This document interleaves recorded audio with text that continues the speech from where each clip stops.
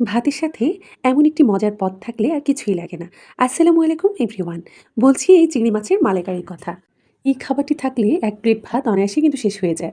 তো রেসিপিটি আজকে শেয়ার করছি। এখানে আমি ৬০ টি চিংড়ি মাছ নিয়েছি। তো ১ম এ আমি খুব ভালো করে ধুয়ে পরিষ্কার করে নিয়েছি। তারপরে তাতে সামান্য পরিমাণ হলুদ, মরিচ আর স্বাদমতো একটু লবণ দিয়ে খুব ভালো করে মেখে নিচ্ছি। মেখে নেওয়ার পর এটিকে কিন্তু ম্যারিনেট করে রাখার প্রয়োজন নেই। সরাসরি কিন্তু আমরা ভেজে ফেললেই হবে। আর যদি আপনাদের ইচ্ছে হয় তবে একটু কিছুক্ষণ রাখতেও পারেন। এখন চুলায় একটি প্যান বসিয়ে দিচ্ছি আর প্যানে দিয়ে দিচ্ছি সরিষার তেল। এখানে আমি প্রাণ সরিষার তেলটা ব্যবহার করছি আর দিয়ে দিচ্ছি 1/4 কাপ পরিমাণ সরিষার তেল। তেলটা একটু গরম হলে এতে এখন আমি একে একে চিংড়ি মাছগুলো দিয়ে দেব। আর চিংড়ি মাছগুলোকে আমি বেশিক্ষণ ভাজবো না। আমরা জানি চিংড়ি মাছ বেশিক্ষণ ভাজলে রাবারি টাইপ হয়ে যায়। তো আমি এপিট ওপিট করে ১ থেকে ১.৫ মিনিট চিংড়ি মাছগুলোকে ভেজে নেব। ভেজে এবার তুলে নিচ্ছি। এবার সেই প্যানে আরও ১ টেবিল চামচ পরিমাণ তেল দিয়ে দিচ্ছি। দিয়ে এবার ১ম এ আমি দিয়েছি গরম মসলা। গরম মসলা বলতে এখানে আমি দিয়েছি ১ টুকরো দারুচিনি, ২ টো এলাচ আর ২ টো তেজপাতা। তেজপাতাটাকে আমি একটু ছিঁড়ে দিচ্ছি আর এলাচের মুখটা একটু ফাটিয়ে দিয়েছি। এবার গরম মসলাগুলোকে একটু হালকা ভেজে নেব। ভেজে নেওয়ার পর এখন এতে আমি ১/২ কাপ থেকে একটু কম পেঁয়াজ বাটা দিয়ে দিচ্ছি। আপনারা মালাইকারিতে অবশ্যই পেঁয়াজটা বাটা ব্যবহার করবেন। পেঁয়াজ বাটাটা আমি এখন একটু ভালো করে ভেজে নিচ্ছি যাতে এর কাঁচা গন্ধটা দূর হয়ে যায়। পেঁয়াজ ভাজা হয়ে গেলে এই পর্যায়ে এখন আমি দিয়ে দেব মসলা। আর এখানে আমি কয়েক ধরনের মসলা একসাথে করেছি, যেমন আদা ১ টুকরো, রসুন, তারপর হচ্ছে জিরা আর হচ্ছে বাদাম। এখানে আমি কাজু বাদাম বাটাটাও দিয়েছি আর সামান্য সরিষা। সবকিছু একসাথে কিন্তু আমি ব্লেন্ড করে নিয়েছি। নিয়ে তার সাথে দিয়েছি। দিয়ে এবার এটিকেও ভালো করে ভেজে নিয়েছি।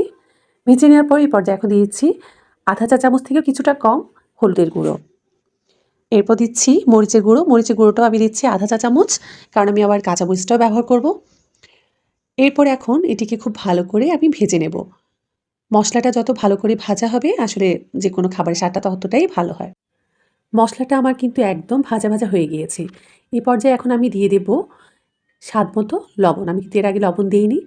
তো এখন দিয়ে দিচ্ছি স্বাদমতো লবণ। স্বাদমতো লবণ বলতে এখানে ১/২ চা চামচ থেকে কিছুটা কম। কারণ আমি কিন্তু চিংড়ি মাছ ভাজতেও লবণ দিয়েছি। এবার আবার একটু ভেজে নিচ্ছি। ভেজে নেওয়ার পর এ পর্যায়ে এখন আমি দিয়ে দেব টমেটো। এখানে আমি ২ টো টমেটোকে ছোট, ছোট করে কেটে দিয়ে দিয়েছি।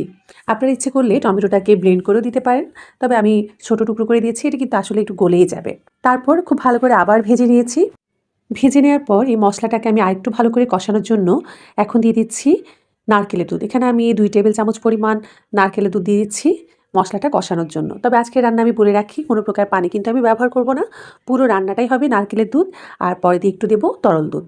এবার আমি একটু ঢাকনা দিয়ে ঢেকে দেবো আর এটিকে ৩ থেকে ৪ মিনিট ভালো করে কষে নেব। এই যে আমার মসলাটা কিন্তু কষানো হয়ে গিয়েছে। এখন আমি এতে আমার আগে থেকে ভেজে রাখা চিংড়ি মাছগুলো দিয়ে দেব।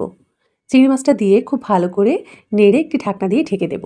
আর এটিকে আমি ৪ থেকে ৫ মিনিট একটু ভালো করে ঢাকনা দিয়ে ঢেকে কষে নেব। ৫ থেকে ৬ মিনিট কষানোর পর আমি ঢাকনাটা উঠিয়ে আবার একটু নেড়ে দেব। নেড়ে আমার যে বাকি নারকেলের দুধ আছে, এখানে প্রায় ১ কাপ পরিমাণ, সেই নারকেলের দুধটা দিয়ে দেব। আর সাথে 1/3 কাপ পরিমাণ তরল দুধটাও দিয়ে দেব। আর এই তরল দুধটা এবং নারকেলের দুধ দিয়ে কিন্তু আমাদের রান্নাটা কমপ্লিট হয়ে যাবে। তো আমি মাছগুলোকে একটু নেড়ে দিচ্ছি। নেড়ে এবার ঢাকনা দিয়ে ঢেকে দিচ্ছি। আর ঢাকনা দিয়ে এটিকে এখন আমি আবার ৬ থেকে ৭ মিনিট রান্না করব। আসলে চিংড়ি মাছটা অত বেশি রান্না করা লাগে না। ৬-৭ মিনিট রান্না করলেই যথেষ্ট। আর তার আগে দিয়ে আমি কিন্তু ৪-৫ টি কাঁচামরিচ গোটা দিয়ে দিয়েছি। তো এই যে ঢাকনাটা দিয়ে দিলাম, ঢাকনা দিয়ে রান্না হচ্ছে। তারপর ৬-৭ মিনিট পর আমি ঢাকনাটা উঠিয়ে দেখেছি আমার রান্নাটা কিন্তু হয়ে এসেছে। হয়ে এসেছে বলতে হয়ে গিয়েছে, আর শুধু একটা স্টেপ, সেটা হচ্ছে নামানোর আগে একটু ঘি দিয়ে দেওয়া। মালাইকারিতে নামানোর আগে একটু ঘি দিলে ফ্লেভারটা কিন্তু অনেক ভালোই হয়। তো এই পর্যায়ে আমি ১ চা চামচ পরিমাণ ঘি দিয়ে দিচ্ছি। তো এই যে আমার রান্নাটা কিন্তু এখন ডান। এখন হচ্ছে পরিবেশনের পালা। তো আমি একটি সার্ভিং ডিশে চিংড়ি মাছটা তুলে নিচ্ছি, আমার চিংড়ির মালাইকারিটা তুলে নিচ্ছি। আর আমি চিংড়ির মালাইকারিটা একদম ঝোল, ঝোল করে খাই না, একটু গাঢ় ঝোল রাখি। আপনারা ইচ্ছে করলে একটু পাতলা ঝোলও রাখতে পারেন, মানে ঝোলের পরিমাণটা একটু বেশি করে রাখতে পারেন। আমার কাছে এভাবেই ভালো লাগে, তাই এভাবেই করেছি। তো এভাবে কিন্তু অনেক মজার একটি খাবার চিংড়ি মাছের মালাইকারি হয়ে গেল। আশা করি রেসিপিটি আপনাদের ভালো লেগেছে আর এভাবে বানিয়ে দেখবেন। আর সবাই ভালো থাকবেন। আল্লাহ হাফেজ।